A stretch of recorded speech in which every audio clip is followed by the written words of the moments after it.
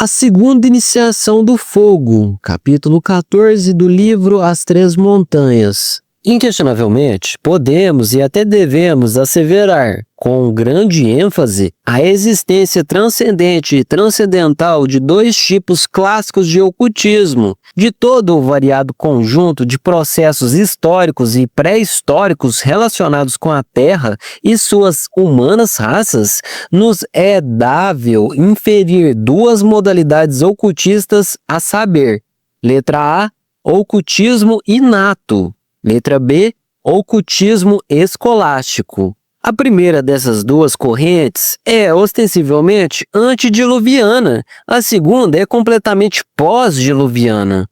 As paralelas exatas dessas duas formas ocultistas, claramente enunciadas, devemos descobri-las, claro evidentemente, nas duas modalidades da lei. Letra A, lei natural e paradisíaca, sabedoria dos deuses. Letra B, lei escrita, Deuteronômio, lei segunda e mais inferior. Escrita está, com caracteres de fogo, no livro da vida, que, quando os filhos de Deus, isto é, os Elohim, ou dos Ginas, conheceram as filhas dos homens, adveio, espantosa, a terrível catástrofe Atlante, ou do dilúvio universal. Então se concluiu o império formidável da primeira lei e chegou o tempo do Deuteronômio, ou segunda lei. É demasiado palmária e evidente a imperfeição terrível da lei escrita, tormento dos grandes homens pelas espantosas limitações da mesma e férrea tutela dos pequenos. Moisés, o insigne líder sagrado do povo de Israel, congregando sua gente nas planícies de Moabe, expõe, à vista de todos, os prodígios extraordinários que o Senhor havia obrado em seu favor desde que, no Monte Sinai, fora estabelecida a primeira aliança e, de repente, a lei com novas ilustrações, pronunciando espantosas advertências contra seus transgressores e prometendo justas recompensas e felicidades de todos os gêneros àqueles que a guardem fielmente. Moisés, transfigurado no Monte Nebo, depois de haver abençoado as 12 tribos de Israel, contempla a terra prometida, os campos elíseos ou mundos dos Ginas, a terra que emana leite e mel, o mundo etérico, a quarta dimensão. Moisés não morreu como os demais homens, desapareceu no Monte Nebo, nunca se encontrou seu cadáver. Que se fez?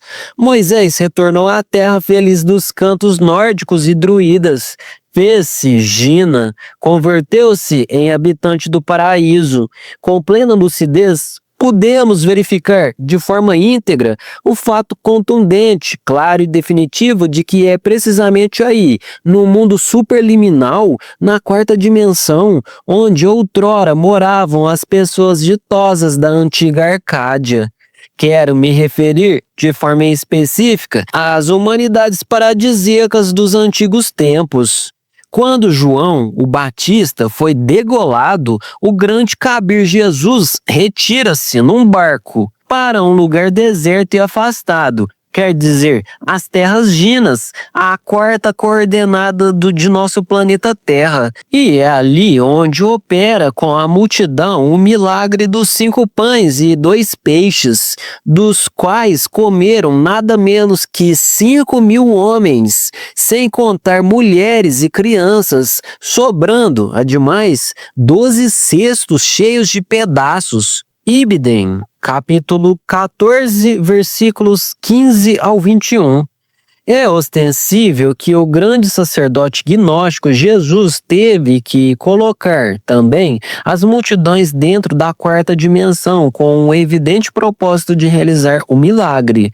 Antigas tradições irlandesas, consignadas sabiamente nos deliciosos cantos dos bardos ou rapsoditas nórdicos, falam, com justa razão, de um extraordinário povo cainita ou inca, quer dizer, de sacerdotes reis, chamado de Tuata de Danann, habilidosíssimo em toda classe de artes mágicas aprendidas em Tebas. Obviamente, trata-se de um grande povo Gina, protótipo do judeu errante, infatigável viajante. Os Tuatas de Danann percorreram os países mediterrâneos até chegar à própria Escandinávia, onde fundaram, além de uma cidade lunar e outra solar, 4 grandes cidades mágicas. Chegados de novo, os Tuata à Irlanda desembarcaram em dita ilha, protegidos como Enéas em Cartago por uma espessa névoa mágica ou véu de Ísis da 4ª dimensão que os ocultara. Em outras palavras, diremos que os Tuatas chegaram de regresso à Irlanda pela 4ª dimensão. Escrito está em velhos cronicões a muito célebre batalha de Madura, onde eles se cobriram de glória, derrotando os tenebrosos Firbolgs. Era, com efeito, tão grande a excelência dos Tuata de Danann, tão poderosas e inumeráveis suas hostes, que as planícies se viam coalhadas de hordas de combatentes que se estendiam até as regiões por onde se oculta o sol ao declinar do dia. Seus heróis imortalizaram-se ante Tara, a capital mágica da Irlanda.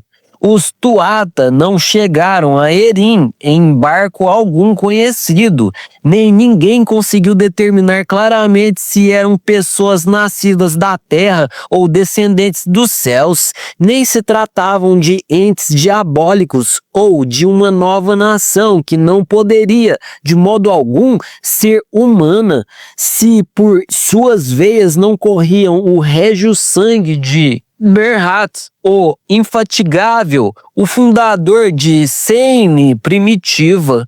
Ao ocorrer a grande catástrofe Atlante, os Tuata de Danann meteram-se dentro da 4ª dimensão definitivamente. Na etérica região de nosso planeta Terra habitam, ditosas, algumas raças humanas. Essa gente, ainda em nossos dias de tanta amargura, vive ainda em estado paradisíaco. Na 4ª coordenada de nosso planeta Terra existem muitas cidades mágicas de esplendente beleza. Na 4ª vertical terrestre, podemos descobrir os paraísos elementais da natureza, com todos os seus templos, vales, lagos encantados e terras de ginas. Inquestionavelmente, é ali, na Terra Prometida, onde ainda podemos encontrar ditosos o ocultismo inato e a lei natural e paradisíaca. Aqueles ginas bem-aventurados que, felizes, moram nos campos elíseos, na terra que mana leite e mel, não caem, certamente, sob a regência de Deuteronômio, ou segunda lei, que tanto atormenta os mortais.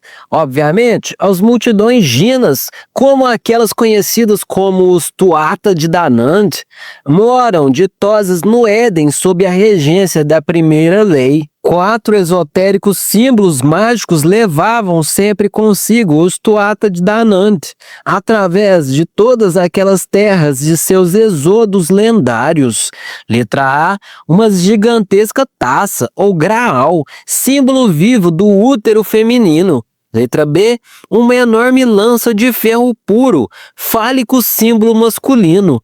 Letra C, uma grande espada flamígera, símbolo do fogo sexual. E letra D, a pedra da verdade, símbolo da pedra filosofal, sexual. Se Moisés, o grande caudilho hebreu, tivesse ignorado o profundo significado destes 4 símbolos mágicos, jamais teria podido converter-se em Gina no Monte Nebo.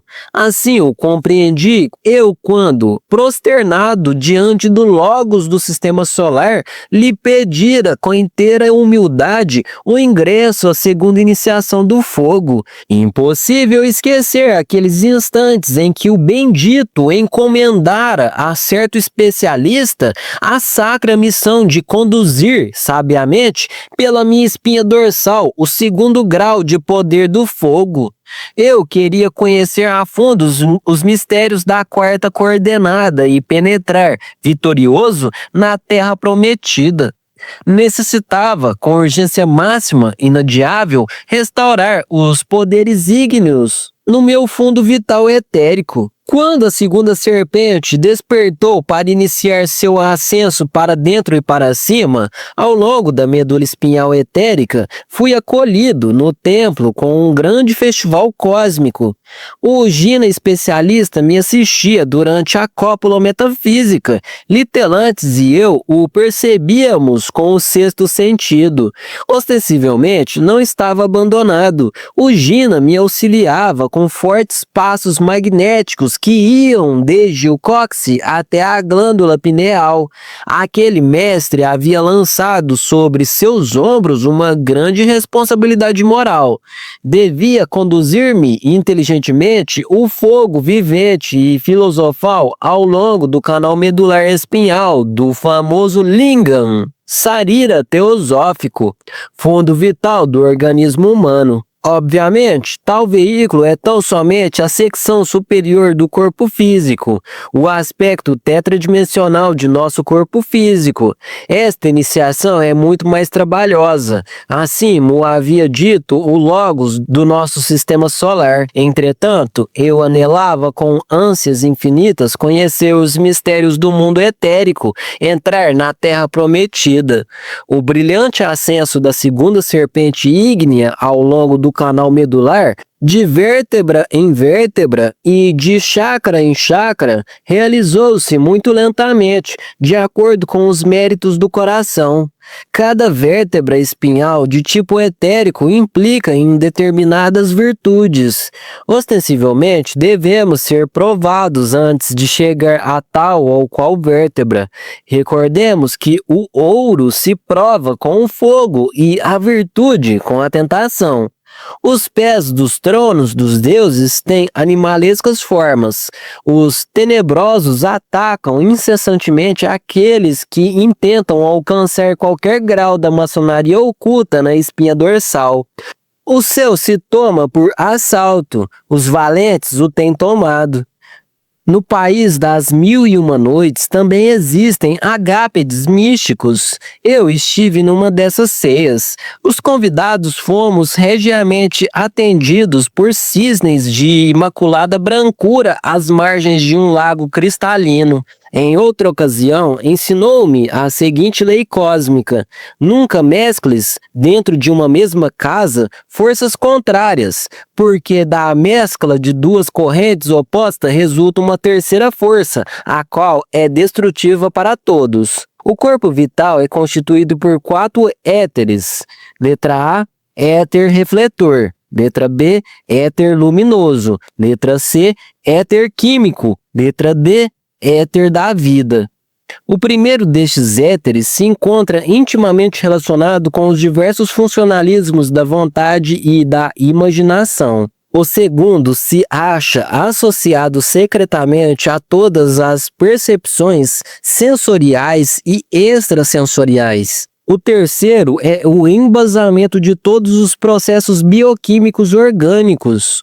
O quarto se deve de meio às forças que trabalham com os processos de reprodução das raças.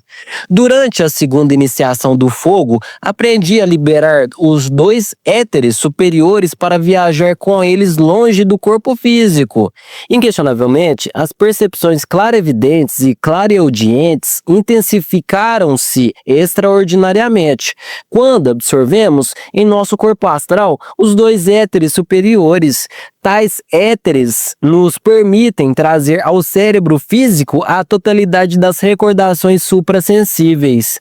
A esotérica explicação vívida que, em forma cênica, me deram sobre a decapitação mística foi certamente extraordinária. Convidado fui a um festim macabro e o que sobre a mesa trágica vira foi realmente espantoso. Profana cabeça sangrenta posta sob bandeja de prata, adornado tudo com algo que melhor é calar. Ostensível, sua profunda significação, o ego animal, o si mesmo, o mim mesmo deve ser degolado. Disto podemos coligir, com grande acerto, o fato contundente e definitivo de que a cabeça de João, o Batista, na bandeja de prata, possui, certamente, idêntico significado.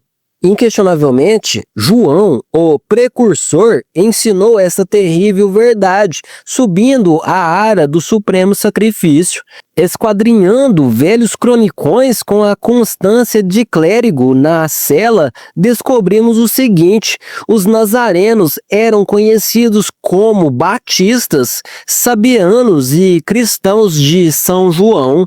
Sua crença era que o Messias não era o Filho de Deus, senão simplesmente um profeta que quis seguir a João. Orígenes, volume 2, página 150. Observa que existem alguns que dizem que João, que ele era o ungido, Cristos, quando as concepções metafísicas dos gnósticos que viam em Jesus o Logos e o ungido começaram a ganhar terreno, os primitivos cristãos separaram-se dos nazarenos, os quais acusavam Jesus de perverter as doutrinas de João e de trocar por outro o batismo no Jordão. Codex Nazarenos, capítulo 2, página 109. Não é demais asseverar com grande ênfase o fato transcendental de que João, o Batista, era também um Cristos.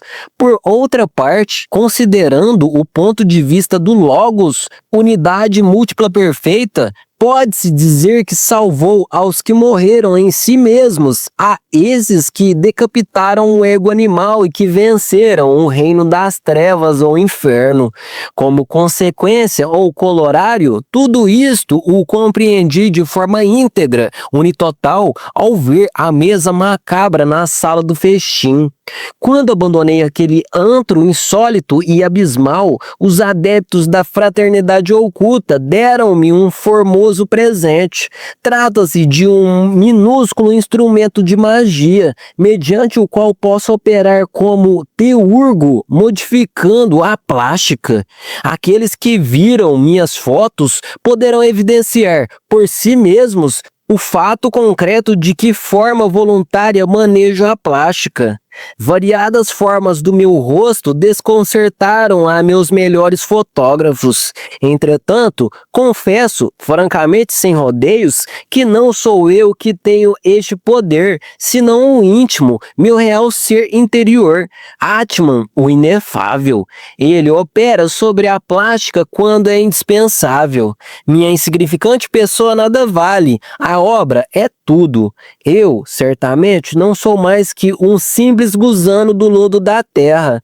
Se escrevesse detidamente tudo aquilo que nós, os místicos, experimentamos nas 33 câmaras santas do mundo etérico, encheríamos muitos volumes. Por isso, prefiro falar em síntese.